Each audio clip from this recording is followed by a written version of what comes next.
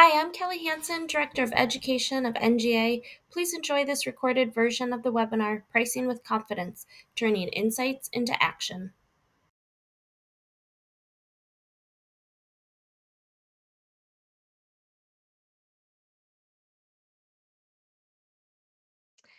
Today's webinar is brought to you by NGA in partnership with Clear Demand. And today we're also featuring a guest speaker, Nathaniel Besser with Gelson's Markets.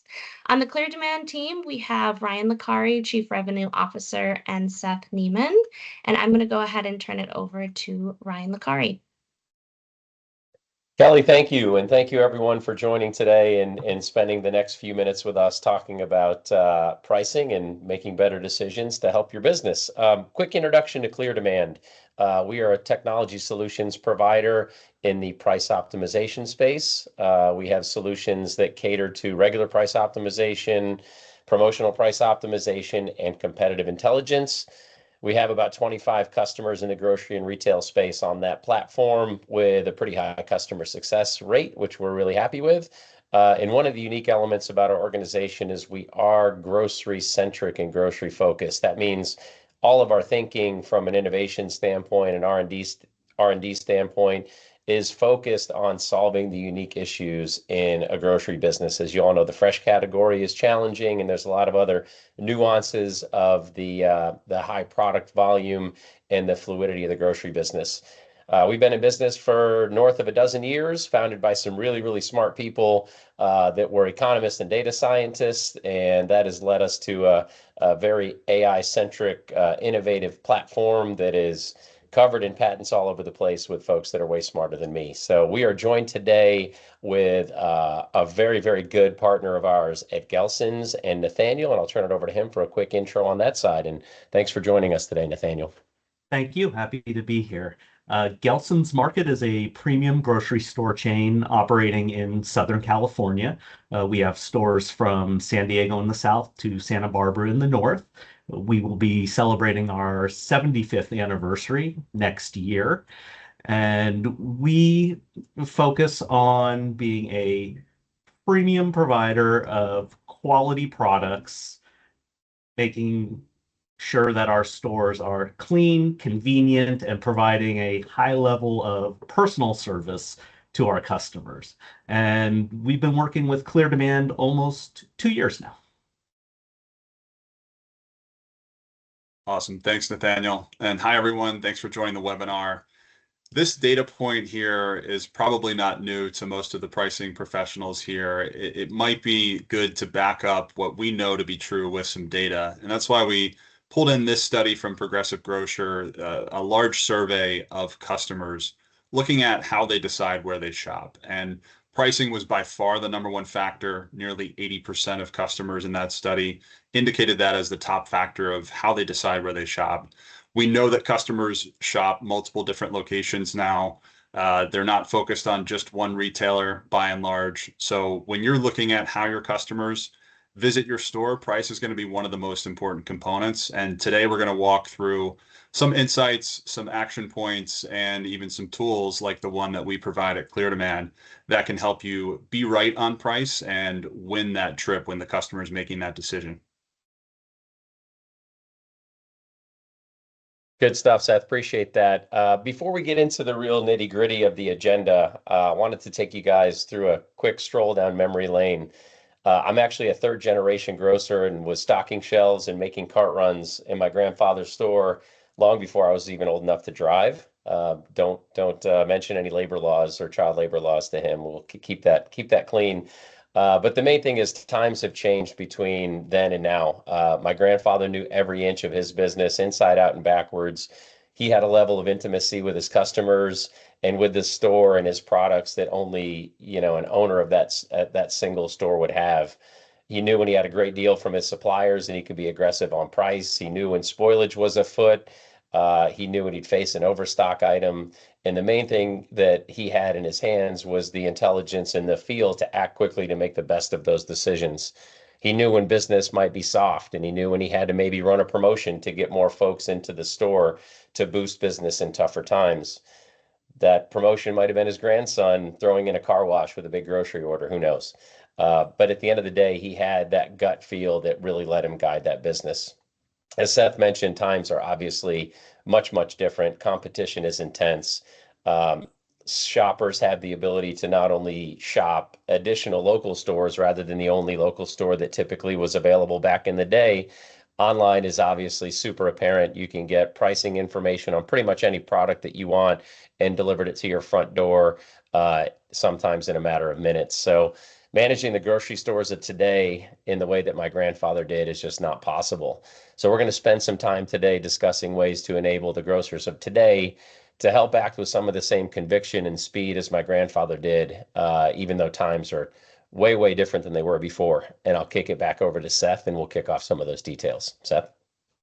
Thanks, Ryan. I mean, what sticks out to me on this page, obviously all four are key, but thinking about what's happening in the macroeconomic environment, we get a lot of questions from our customers on how to respond to things like inflation and tariffs. And certainly you need data and things like the science behind how we make recommendations to be sure that you're competitive in the market, that you're responding in the right way, to decide which cost increases you should pass on and which ones you shouldn't, to make sure that you're not overly impacting customer demand.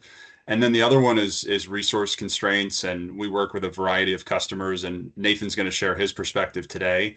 Some of those customers have teams of, over a dozen analysts just focused on pricing, and some really keep that within a smaller group that are able to manage this. So when you're facing things like a resource constraint, having a tool that can really maximize your efficiency, bring the most impactful changes to you, and take that workload away, I think is a huge advantage.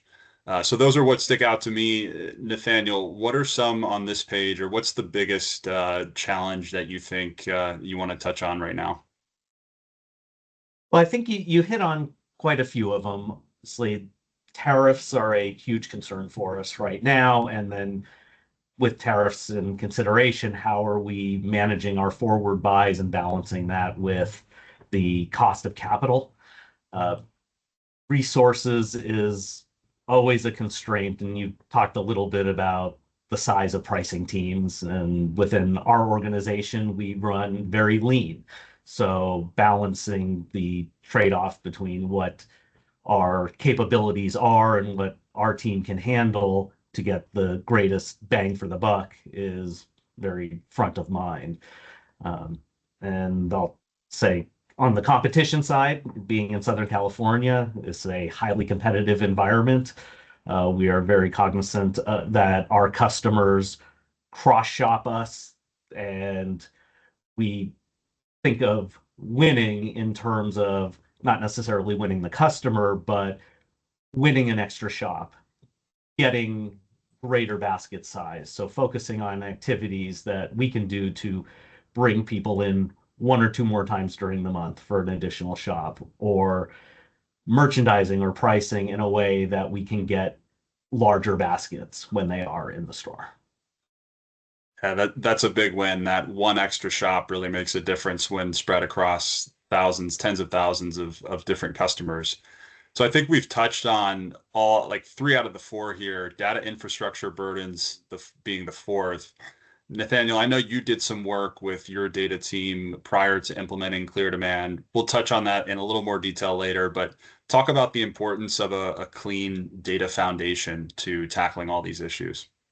Absolutely. And I'm biased in my answer, being the data analyst, that I would say data is the most important thing to the business, and running these decisions and having strong data integrity and data governance is the foundation for all decision making, and especially working with any vendor, because the first request is always send us your data, send us your T-logs, let's see what you've got. And if your house is not in order data-wise, those projects will never get off the ground. That's a great point. Everybody at this point, this day and age, has a lot of data. Those with the advantage are those that have clean data that can actually be analyzed, and great insights can be taken from it. And that's actually a great segue into our next section, which is to talk about the topic of this webinar, turning those insights into action. And to kick that off, I'll talk a little bit about the science of our price optimization tool and how we look at recommending prices that we do.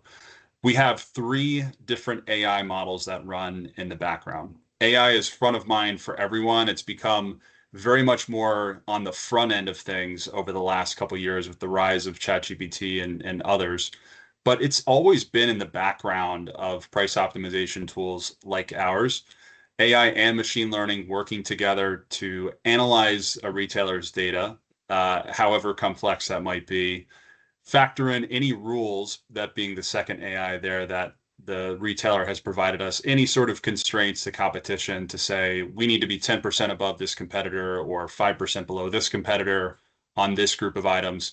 And then the third AI being the true optimization coming in, which is balancing all of those rules with the profit, elasticity, and compliance. So I think price optimization has been a little bit ahead of the curve in terms of technology and leveraging AI. And now we're starting to see that come in on the front end with agentic AI and leveraging those capabilities to make things even more efficient for a pricing team, a pricing analyst. But some of the insights that we want to talk about today and the way that we leverage the AI to get to these results, it starts with elasticity. That's the basis of most price optimization models out there. That's essentially the customer's price sensitivity to changes in price. And so our models calculate what we feel is a very accurate form of elasticity using mathematical terms that I couldn't fully explain to you, but include things like Bayesian regressions. And we feel that's a differentiator for us. We reverse engineer that elasticity, and that really drives an accurate forecast at the end of the day. Moving on as we go to the right here, obviously good competitive intelligence is needed to understand how you position yourself in the market against competition. Are you higher, lower than those key competitors that you want to focus on today? Does that differ across different categories, different departments in your store? So having a robust understanding of where you're positioned at in the market is a important way to look at how you can adjust prices, whether that needs to be up, down, or a mix of both. Transparency is really important to us in terms of recommending pricing and telling you why it was recommended. So there's no black box here. If you have different rules, we'll spell out exactly the rules that are included there and why a recommendation was made so that you can explain that to the category managers, to the leadership across your company, wondering where that price came from.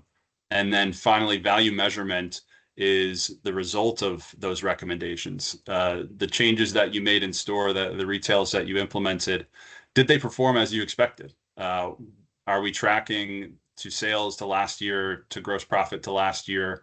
And do we need to make any further adjustments? So that's an important insight that you should take forward. And then I'll shift into two reports that we want to focus on, that we have a couple more slides to go into, which would be the opportunity curve and the cost of rules. And those help you identify where there's opportunity on a total level, as well as broken down to the category level. That's something that Nathaniel and his team use on a regular basis when they do price optimization. And then cost of rules, which is once you set those rules to your competition, what are they actually costing you? If you were to relax those rules or to eliminate the rules, what type of opportunity in terms of sales or gross profit could you actually achieve?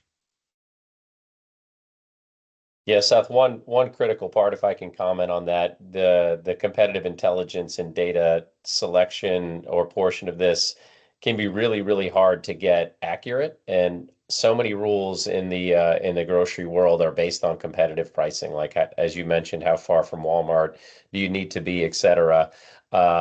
Getting accurate competitive data is challenging because number one, a lot of the times you're capturing that data from competitors' websites, and they don't want you snooping around and capturing that data. To have some unique capabilities to be able to navigate that and get reasonably fresh data, whether it's daily, whether it's multiple times a day, is super, super important to make sure your pricing does align with those rules that you have from a competitive standpoint. And then the second thing is to make sure that you're comparing like for like. right? So with private labels, with potentially really robust product catalogs, is making sure the products that you get from a competitive intelligence standpoint, the pricing on your competitors is actually aligned with the specific product that you have. So turning that, rules-based approach and elasticity is actually based on accurate data from a comp intel standpoint is really important and sometimes trickier than people can think. So. That's a great call out, Ryan. I want to hear from Nathaniel too. Of these insights here, Nathaniel, which do you think has been most important? And I know you could say opportunity curve, pick another one if you'd like. We'll definitely touch on both. Absolutely. The value measurement has been really kind of the guiding point for us to show that the work we are doing is producing the value to the business. And that's kind of been the grease in the wheel of the program to say this is working, we need to continue what we're doing, and to keep tweaking, keep working categories through the tool and keep the optimization process going, because we are recognizing that we are generating value from price optimization. Yeah, I'm with you, because as a former person sitting in your shoes working for retailers in the pricing space, there's always questions of how we're performing and whether those changes made a difference. And to be able to show this pricing program that we implemented, or these changes that we did, this optimization drove X dollars of sales, X dollars of gross profit, this many units. That's a huge win for the team. It really justifies the need to have pricing as a focus, as a strategic pillar of the organization. And it definitely shows our value as pricing experts in the organization. So completely agree. And I think that's good timing for us to pass over to you to talk a little bit about the journey that you've been on over the last couple of years. Okay, yes. So prior to using Clear Demand, we were not operating a price optimization tool. Our process was very item specific, hands-on, driven by the category managers. So we found that we didn't really have a strategy. We were looking at every item when it had received either a cost change or there was new competitor data and reacting to it. And that didn't allow us to take a larger holistic view of the category, how those price changes impacted the rest of the department, and it spread the work across the teams. So there was no centralized process. We recognized that we could do better and went looking for a solution and wanted to use the data that we already have and leverage it to make better pricing decisions and streamline the process. And that's what led us to working with Clear Demand. So we recognized an opportunity and wanted to take that greater holistic approach, because we were finding we would make price changes and not taking into consideration the items adjacent to what was on the shelf next to the item we changed. And that was causing us to give a incomplete price perception to our customers, whether it's two items priced the same next to each other that we wanted to differentiate the quality based on price, or not recognizing that certain items should move price in sync with one another. And only through adding a tool like Clear Demand could we leverage that data in a way that was not overwhelming to the pricing team. Also, we recognized that we were behind some of our competitors who were already leveraging price optimization and wanted to keep up and leverage technology to keep up with the competition. Nathaniel, quick question around that, if you don't mind. Resources are obviously super critical.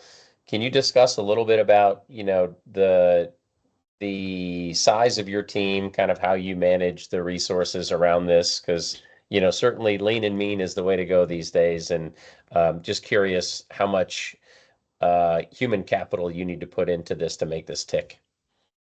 Yes. So we run pretty lean. Between myself and our director of merchandising, we run the pricing program.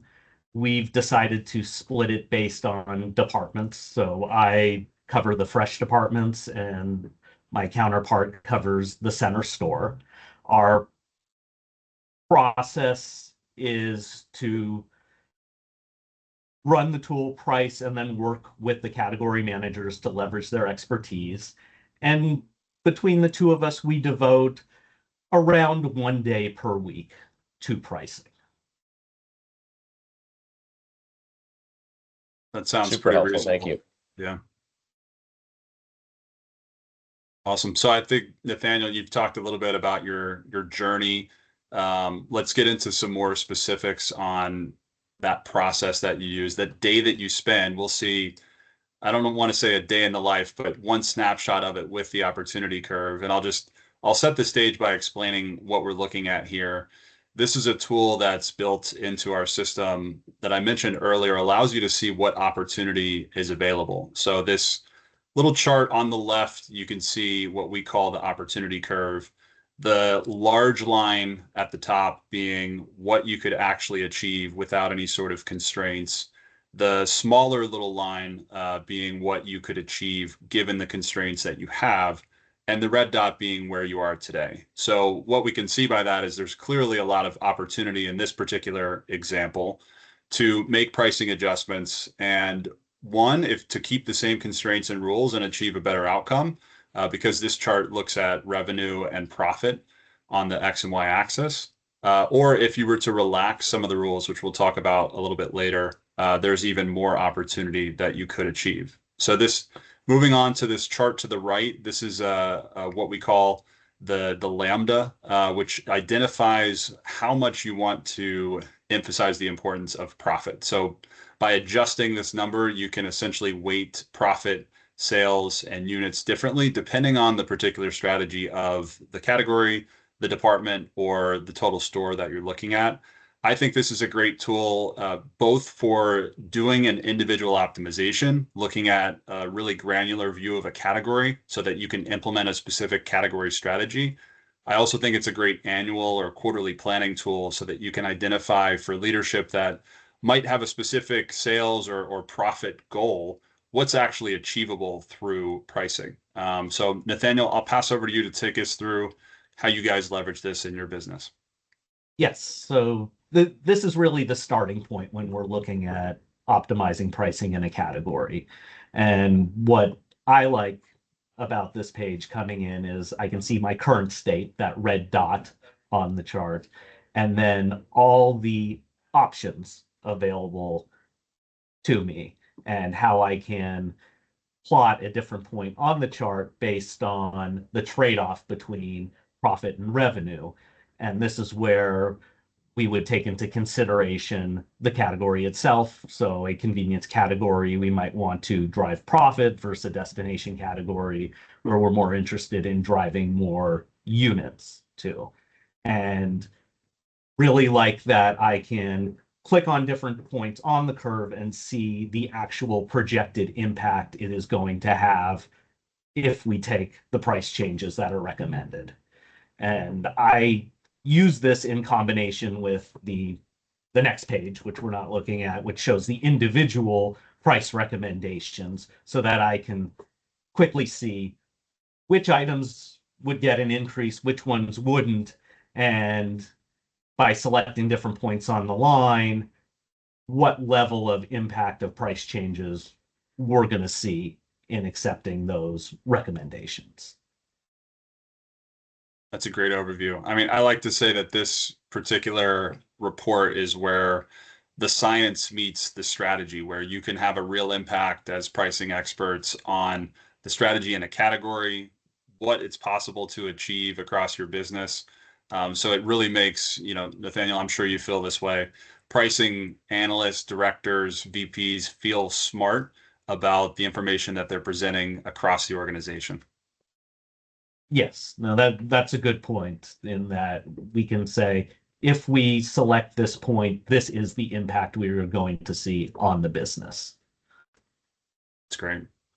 I think a good tie-in with the next slide, we've talked about cost of rules report. So on the opportunity curve, there is that constrained curve of what you can achieve with the current rules that you have for your business versus the overall opportunity curve if there were no constraints.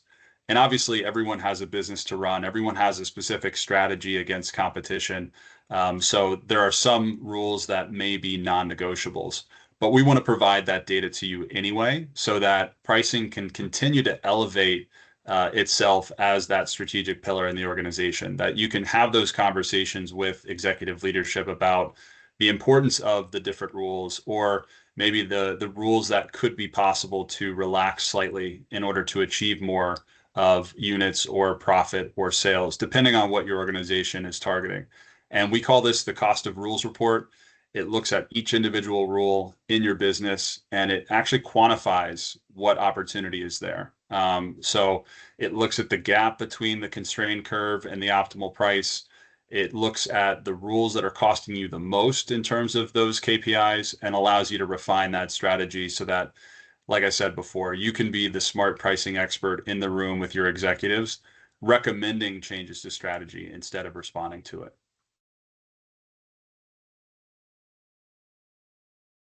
And Nathaniel, anything else that you want to talk through on the opportunity curve, the cost of rules? I mean, I think the takeaway here is that through your journey, you guys have achieved smarter, more informed pricing decisions with Clear Demand. Yes, yeah, the cost of rules is a great report because it really gives us the insight into where we potentially have opportunities and how our rules are impacting our pricing decisions, and if we should then reconsider or make adjustments to those rules that we're currently using. And I'd say the other thing is just leveraging the expertise of our team. Our category managers are very busy and happy to have a lot of the pricing decisions taken off their plate, but they want to have their input and want to incorporate their institutional knowledge in the pricing process. So finding that balance is a great place to be, of giving everyone the freedom and flexibility in their time, but also making sure that they are a trusted advisor in the pricing process. Yeah, and that Agreed. must have helped. That must have helped with the adoption process, right? Going from the old way to the new, having them involved in the process and getting the buy-in must have been super critical for adoption, I would presume. Absolutely. Yeah, the change management process that you just touched on is so important when you're implementing a new tool, a new process. I always would tell my team that we need to establish and build our credibility across the organization. And that's the same thing. You need to build the credibility with the new tool that you're implementing as well. Part of that credibility comes from showing the impact. And what is this actually doing for us, this tool that we've just implemented? Is it margin lift? Is it revenue growth? Are we driving shopper loyalty? Are we improving efficiency? A good pricing tool should provide all four of these areas and more. Obviously, the financials in terms of margin lift or revenue growth, that depends on the strategy of the retailer, but we provide you the tools and the ability to use the tool and set the rules to achieve those particular goals, whether it's unit growth or margin lift. We've talked a lot about shopper loyalty today, and we know that customers shop multiple different locations. Having a consistent pricing strategy is important to generating that shopper loyalty, that they know what they can expect when they go into your store, that they're not going to get ripped off on one item over here, but get a great deal on promo over here, is something that we're seeing the market shift to. So what I really feel as a differentiator is helping you identify, instead of just lowering prices on everything, because we see in the news lately, there are multiple retailers that have come out to say they're lowering prices. Making sure that you're strategic about it, that you're lowering prices on the right items that customers actually care about, that they're going to recognize in your store, and hopefully instill that additional loyalty that we're all looking for at the end of the day. And then we've talked a little bit about the resources that go into managing a pricing tool, but automation at scale and the efficiency gains of using a tool like this, especially if you're graduating from Excel or another manual process, really is something you can't ignore. Whether that means that you're able to shift resources to focus on more strategic tasks. Nathaniel, you talked about category managers being able to reduce the time that they're spending on pricing so that they can go out and work strategically with vendors or visit stores, look at competition to make sure that they really know their customer, or to simply expand the way that you do pricing, because you can obviously manage a lot more in a tool like Clear Demand, whether that be more items, more zones, more strategic prices than you can manually. So the impact here and the opportunity here is really significant if done right. Hey Seth, this is Kelly. I'm going to voice a question from a listener. It's in regards to the competitor pricing. Curious what you can share about the competitors that are selected in Gelson's situation. What's the rationale for selecting these? About how many? What can you tell us about that process? I'll pass it over to Nathaniel, and Nathaniel, feel free to share as little or as much as you'd like. Sure, somewhere in between. Yeah. So we look at, let's say, more than 5 and less than 10 competitors in our immediate area. Not necessarily all premium retailers. We design our rules differently based on department. So some departments are benchmarked against a mass market versus other departments are looking more closely at a regional or specialty retailer. We capture competitor data monthly, which is probably on the low end compared to some of our competition. But we've found that based on the size of our team and our process, we wouldn't really have the ability to react to weekly or daily price scrapes. So we've stuck with the monthly process. Awesome. Thanks so much for sharing that. Awesome. So we'll keep it moving. I'll pass back over to Ryan to talk about best practices in getting started. Yeah, thanks, Seth. I appreciate it. Great insight thus far. Everything that we talked about certainly can seem complicated and seem daunting. Rest assured that, this process is consumable. You certainly can start in various parts of the journey, depending on where your maturity sits right now. And this is not necessarily in a succinct order. So the interesting thing is you can gain value and insights on how you price and become more nimble and effective versus your competition to lead to all those good business benefits that Seth had mentioned before. And here are some examples of that, right? Simply starting with some basic competitor analysis, right? And where your competition is in fact priced versus against yourself. And again, making sure that you're comparing like for like your products versus theirs, or your category versus theirs is a very basic way to start, and you can have some pretty good insights right away. Some of the specific elements of your business around store zone clustering, and are your price zones actually doing what they need to do to reflect the nature of your shoppers in those particular areas. Some analysis to make sure that your zones are accurate is certainly something that is reasonable for a starting point. Same thing with KVIs. Are the KVIs and the products that you put forward as special or unique from a pricing standpoint? Are those the ones that are really making the difference, right? That analysis can be done in a pretty easy fashion. And the same thing with categories, right? Are the roles and the rules associated with each of your categories effective? That all dovetails into your overall pricing strategy, which through this cycle can revisit on a frequent basis with more informed data to make sure that pricing strategy is aligned with your overall business objectives and what you want to get in terms of results. And then certainly in the most sophisticated area, rigorous optimization on a regular basis, even down to the SKU level and the store level, is capable on a frequent basis. And of course, measuring the results of those price changes and price recommendations through value measurement is critical. We can help in any part of this journey. There's no right or wrong place to start, and there's value to be had at each one of these along the way.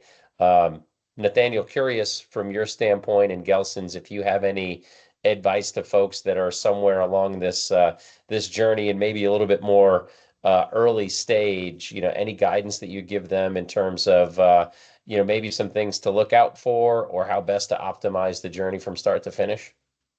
Sure. So we talked about data before, and I'll reiterate that having good quality, clean data is the foundation to a project like this.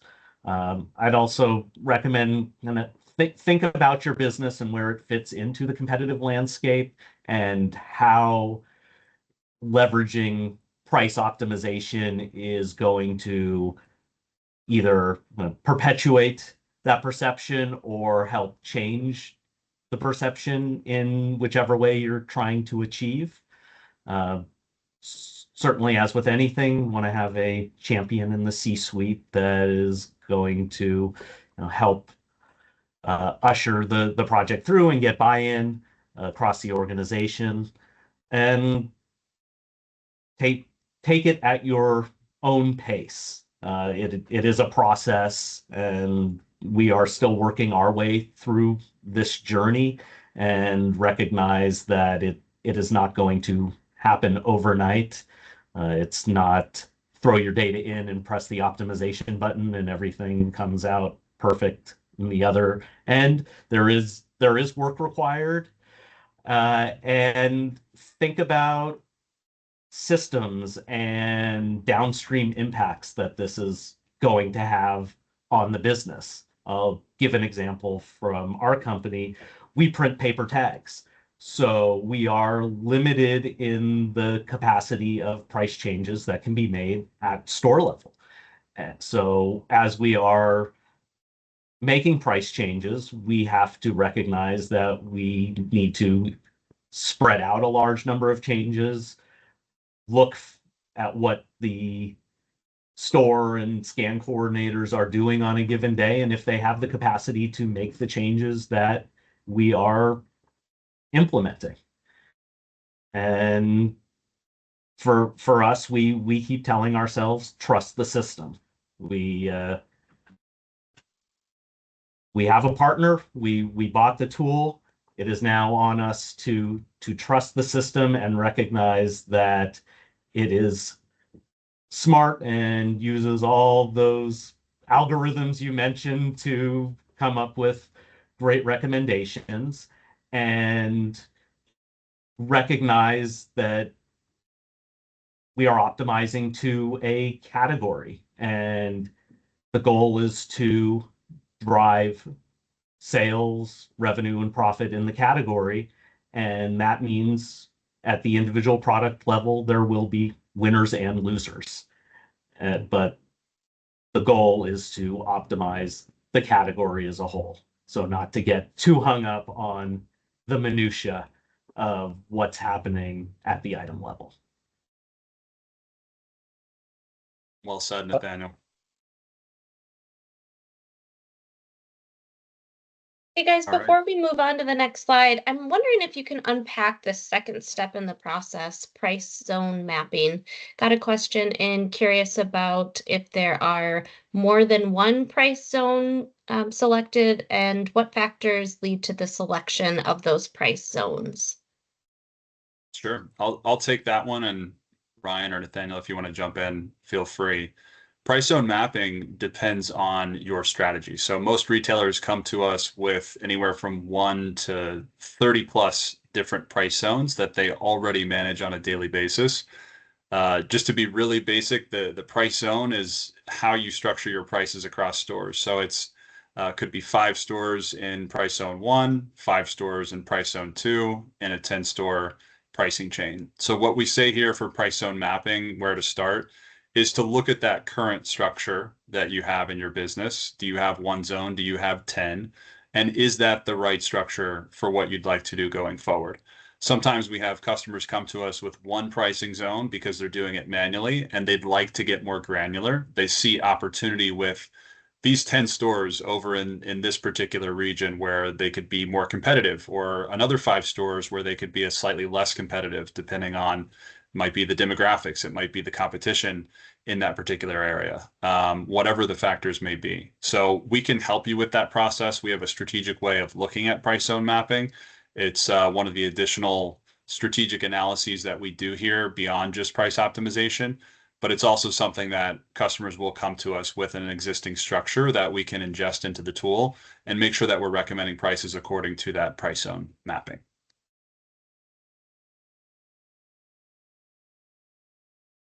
Thanks for sharing that.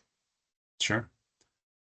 And I think that's our last slide, Kelly. So if obviously we want to invite everybody to take action today, reach out to Ryan, visit the cleardemand.com/NGA website where we have some more information for you, where you can sign up and schedule, whether it's a demo or if you'd just like an initial conversation to learn more, to ask specific questions. We're happy to meet with you and look forward to it as well. Amazing. Thank you so much, guys. A lot of good information there. We do have a couple of minutes here, so please share questions either in the Q&A or the chat feature, and we'll share those out. I do have one, and I'm wondering, Nathaniel, if you can take us back to day 1 and talk about that change management process. You shared that, you're a data analyst, and I think there's a lot of grocers that may not have that much expertise, or maybe their teams are just a little bit leaner. So take us back to the first day, and any lessons learned in that process. Yes. Again, clean data is great, but even taking on a new tool like Clear Demand, there was work to be done, and there continues to be work done at a data level, and some of that has to do with whether it's relationships that were not previously put in place, or data points that were a nice to have and are now a required to have. So we found that when we were starting the process, we went very slowly. We went in, we looked at a category, we picked it apart and asked a lot of questions and threw it out to the team and said, why is this price going up and why is this price going down?